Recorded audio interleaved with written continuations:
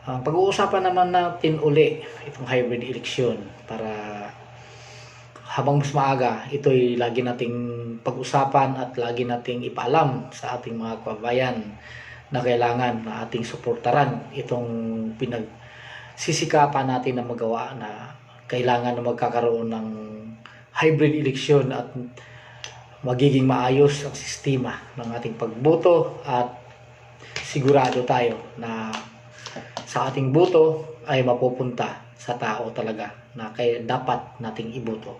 Kasi kung ito'y hindi maipasa ngayon at mananatili pa rin ang lintik na Smartmatic na yan, ay mas maigi pa mag-boycott na lang tayo. Bakit? Walang saysay ang pagboboto natin. Dahil alam natin na nakaprogram na ang mga panalo doon sa lintik na Smartmatic. Kung sino man yung mga tao nang ayaw ng hybrid election, yun ang mga tao na may balak na hindi maganda sa darating na eleksyon. At ito ang mga tao na pansarili lamang ang iniisip at hindi ang kapakanan sa mga nakakarami. Sana mga kaibigan, magtulong-tulong tayo. Sama-sama nating isigaw na kailangan natin na maipasa sa Kongreso itong hybrid election sa darating na 2022. Baka sabihin ninyo, napakaaga pa ng panahon na pinag-uusapan natin itong darating na eleksyon. Bakit? Sa palagay nyo ba ngayon hindi naghahanda ang Smartmatic ng mga card, ng ilang milyon na card para ilagay doon sa machine para pag mayroong tao na may balak na gustong manalo sa pamamagitan ng kanilang mga pera na binabayad sa Smartmatic na yan, ay sigurado na. Alam naman natin, sino ba ang tao na gustong mawala itong Smartmatic na to? At sino ba ang nagbulgar ng mga nangyayari sa mga nakaraang eleksyon sa pamamagitan ng Smartmatic?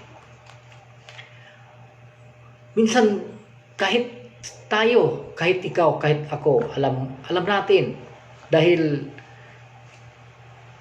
minsan nakakapag-isip ka rin, sino yung mga tao na hindi man lang natin naibuto at hindi natin napapansin at hindi natin naririnig ang ingay ng kanilang mga supporter, ay ito pa ang nananalo. At karamihan sa mga taong ito, ubod na ng yaman at maraming pera. Kaya kaya nilang bayaran ang gusto nila. Kaya sana naman maipasa natin ito, hybrid election sa darating na 2022. Dahil alam natin na ito lang ang tanging paraan na magiging malinis ang eleksyon sa darating. At marami ang mga politiko na gusto rin na magkakaroon ng ganitong sistema. Bakit? Itong mga politiko na ayaw talaga ng korupsyon, ayaw talaga ng mga panluloko. Ito yung mga politiko na may mga tapat na puso at handang paglingkuran ang ating bayan at handa isakripisyo ang kanilang pagkatao alang-alang sa mamayang Pilipino. Kaya sana manananawagan ako uli sa lahat nating mga kababayang DDS. Wala naman ibang nagkakaintindihan, walang ibang magkakasundo dito sa hybrid na eleksyon na ito. Ay tayo-tayo lang naman mga ka-DDS. Alam natin, napakarami natin na sumusuporta sa mga nakaraang panahon ng si Tatay Digong ay tumakbo, ay kaisa natin, kaisa tayo na sumusuporta sa kanya para siya'y magwagi. At hindi tayo nagsisi dahil nakikita natin kung ano ang ginagawa ng ating mahal na presidente. Nakikita natin ang tunay na pagbabago. Nakikita natin na unti-unting lumiliwanag ang kinabukasan ng ating bansang Pilipinas. Itong mga hindi nakakita ng liwanag sa mga nagagawa ng ating mahal na presidente ngayon, ito yung mga taong bulag. Ito yung mga taong walang alam at walang malasakit. Dahil mga sarili lang nila ang kanilang mga iniisip. Napakalaki ng pagbabago sa ating bansang Pilipinas na hindi man lang nakita sa iba. Ito yung mga tao na ayaw ng pagbabago. Tayo namang lahat, mga kababayan, mga kadidiis, tayo alam natin kung paano nagbago ang bansa natin sa pamagitan ng ating mahal na presidente. Bagamat nasa kanyang paligid, nakapalibot ang mga taong may mga masasamang balak para sa bayan, pero ganun pa man ay nakikita pa rin natin kung paano niya naigalaw ang ating bayan na Pilipinhon. Lalo na sa panahon ng pandemic, alam natin kung paano tinataguyod ng ating mahal na presidente ang ating bayan. Kaya mga kababayan, mga kadidiis, lalo na mga kadidiis, talaga mga kasamahan ko sa ating organisasyon, mga kapatid natin na mga Muslim, mga supporter ng ating mahal na presidente, ito, suportaran na natin ito. Hybrid election para sa darating na 2022. Mag-ingay tayo. I-share natin ang bawat video, i-share natin ang lahat para malalaman ng iba na ito ang gusto natin na mangyayari sa bayan natin, bayang Pilipinas. Na isakripisyo natin ang ating sarili pagdating ng mga bilangan. Alang-alang sa mga buto ng mga tao na hindi mapupunta sa wala. Ito talaga dapat masuportaran natin ang hybrid election na ito. Wala tayong ibang maisulong natin itong hybrid na eleksyon na ito. Dahil kung hindi ito maipasa, yun, sinasabi ko kanina, talaga, kailangan mas mabuti pa, boycott na lang kung ganun. Walang saysay ang ating pagboto kung mananatili pa rin ang Smartmatic. Hindi natin matutupad ang tunay na layunin ng ating mahal na presidente na magkakaroon ng sistema ang Pilipinas, lalo na sa federalismo. Kung walang kasama ang ating mahal na presidente, kung walang mga tao na mailuklok sa pudir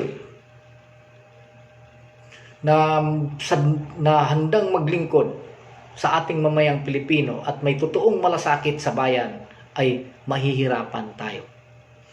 Mahihirapan tayo kung mananatili itong sistema ng Smartmatic, dahil alam natin kung paano nila ginagawa.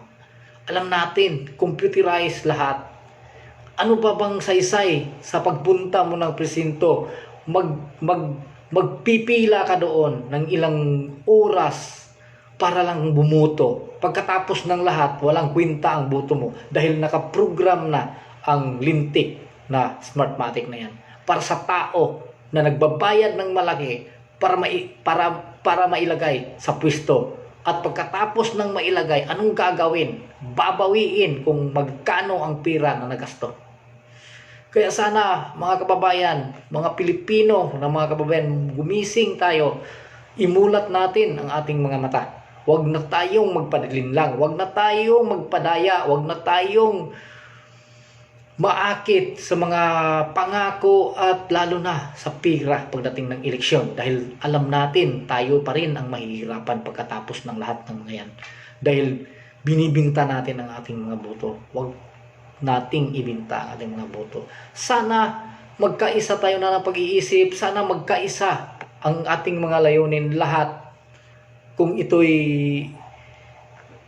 gustuhin natin, magagawa natin sa pamamagitan ng ating pagsama-sama at pagkakaisa. Dahil alam na naman natin na napakarami na ngayon na naglitawan na hindi talaga karapat-dapat. Uulitin kong sasabihin, magmula sa pinakataas na hanay ng politiko, iilan-ilan lang ang makikita natin na gumaganap sa kanilang mga tungkulin ngayong panahon ng pandemic. Iilan lang sila. Iilan lang senador ang nakikita natin na tumutulong. Iilan lang ng mga congressman, iilang ng mga gobernador, iilang mga mayor, iilang mga kapitan lang ang nakikita natin na talagang ginagampanan nila ang kanilang mga tungkulin bilang isang tagapaglingkod sa bayan. At bakit ito hindi nagagawa ng iba? Sana mga kababayan, kung makikita ninyo ang video ito, panoorin nyo at sana share nyo na rin dahil malaking bagay na malalaman natin kung ano talaga ang ating isinusulong sa panahon na ito. Dahil kung hindi natin ito magagawa ng maaga, baka pagdating ng panahon ay mawalang saysay ang lahat nating pagsisikap na magbago ng tuluyan ang ating bansang Pilipinas para sa tunay na pagbabago, para tuluyang lumiwanag ang kinabukasan ng ating inang bayan. Suportaran natin kung ano ang nararapat nating suportaran. Alam na natin kung sino-sino ang mga taong gusto natin. Alam natin kung sino ang may mga totoong may puso. Kaya mga kababayan, sana isulong natin, magsama-sama tayo. Mayroon tayong mga kaibigan, marami tayong mga kamag-anak, may mga kapatid tayo, ipaalam natin sa kanila. At kahit isa sa iyong kaibigan, masabihan mo, sasabihin naman niya yun sa iba. Kaya hindi malabo na malalaman ito ng mas nakararami. At ito'y paghahanda. Huwag tayong magpapatinag kung ano man ang paninira, kung ano man ang paninira nilang gagawin sa atin dahil sa isang layunin na maipasa itong hybrid na eleksyon na ito, ay huwag na nating pansinin. Wala namang ibang magawa itong mga taong ito. Gumawa ka ng mabuti, sasawayin ka. Gumawa ka ng hindi maganda, ganoon pa rin. Wala ka namang mapaglagyan sa mga taong hindi marunong kumilala at hindi marunong makakita kung ano ang maganda or hindi. Dahil ito'y mga bulag sa katotohanan itong mga taong ito. Kaya yun lang din ang aking maipaabot sa inyo mga kababayan. Gusto nyo ng malinis na halalan, gusto ninyong hindi masayang ang inyong boto, suportahan natin ang hybrid election para sa darating na 2022. Yun lang ang aking masasabi. Maraming salamat sa lahat ng mga nanonood.